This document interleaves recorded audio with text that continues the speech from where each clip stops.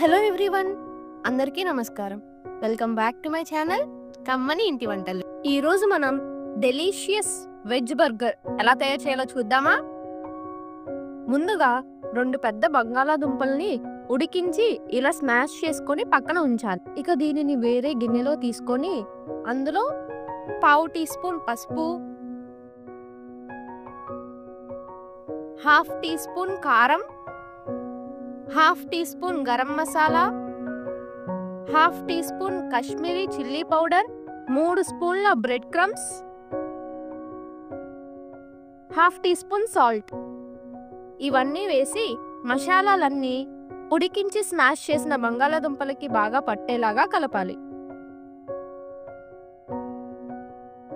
ఈ కలిపిన మిశ్రమాన్ని కొద్దిగా సేపు పక్కన ఉంచి ఈలోపు వేరొక గిన్నె తీసుకొని అందులో 2 టీ స్పూన్స్ కార్న్ఫ్లోర్, 3 టీ స్పూన్ల మైదా,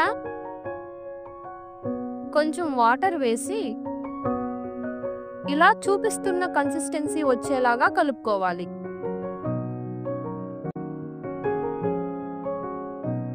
ఇక బ్రెడ్ క్రమ్స్ కోసం 4 బ్రెడ్ పీసెస్ తీసుకొని మిక్సీలో వేసి ఇలా పొడిలాగా చేసుకోవాలి. ఇప్పుడు ముందుగా చేసుకున్న బంగాళాదుంప మిశ్రమాన్ని తీసుకొని ఉండలుగా చేసి దీనిని ప్యాటీస్ లాగా చేయాలి.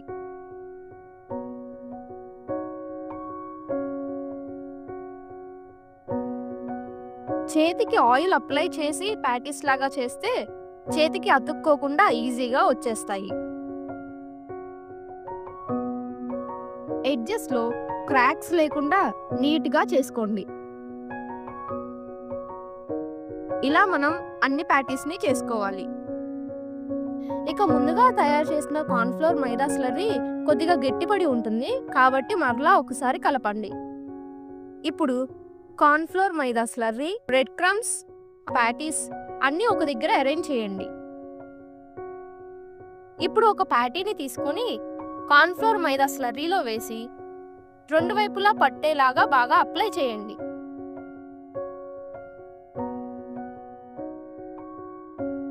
దీనిని వెంటనే బ్రెడ్ క్రమ్స్ లో వేసి బ్రెడ్ క్రమ్స్ ప్యాటీకి పూర్తిగా పట్టేలాగా చూడండి.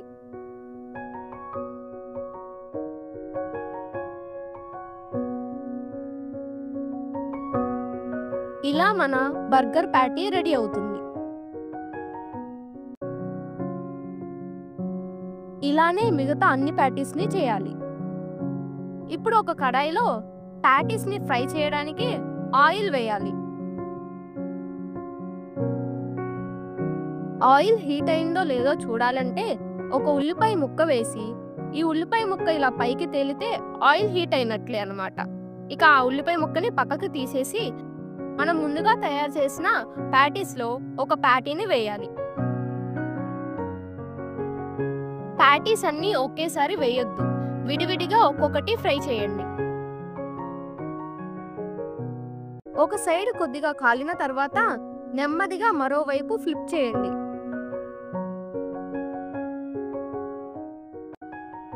ఇలా 2 వైపులా బాగా ఫ్రై చేస్తే మన ప్యాటీ రెడీ. ఇక బర్గర్ బన్స్ కోసం నేను పైన నువ్వులు ఉన్న బర్గర్ ని తీసుకున్నాను. ఈ బర్గర్ ని హాఫ్ గా ఇలా కట్ చేయాలి.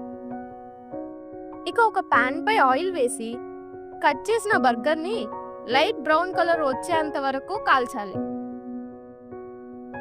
ఇలా కాల్చిన బర్గర్ పై తందూరి మయోనీస్ ని ఎడ్జెస్ వరకు బాగా అప్లై చేయాలి. ఇక దీనిపై లెటస్ పెట్టాలి. కావాలి అంటే మీరు లెటస్ అవాయిడ్ చేయొచ్చు. దీనిపై ముందుగా తయారు చేసిన ప్యాటీని పెట్టి ప్యాటీ పైన తందూరి మయోనీస్ అప్లై చేయండి. తరువాత స్లైసెస్ గా కట్ చేసిన ఆనియన్స్, టొమాటోస్ ని పెట్టండి.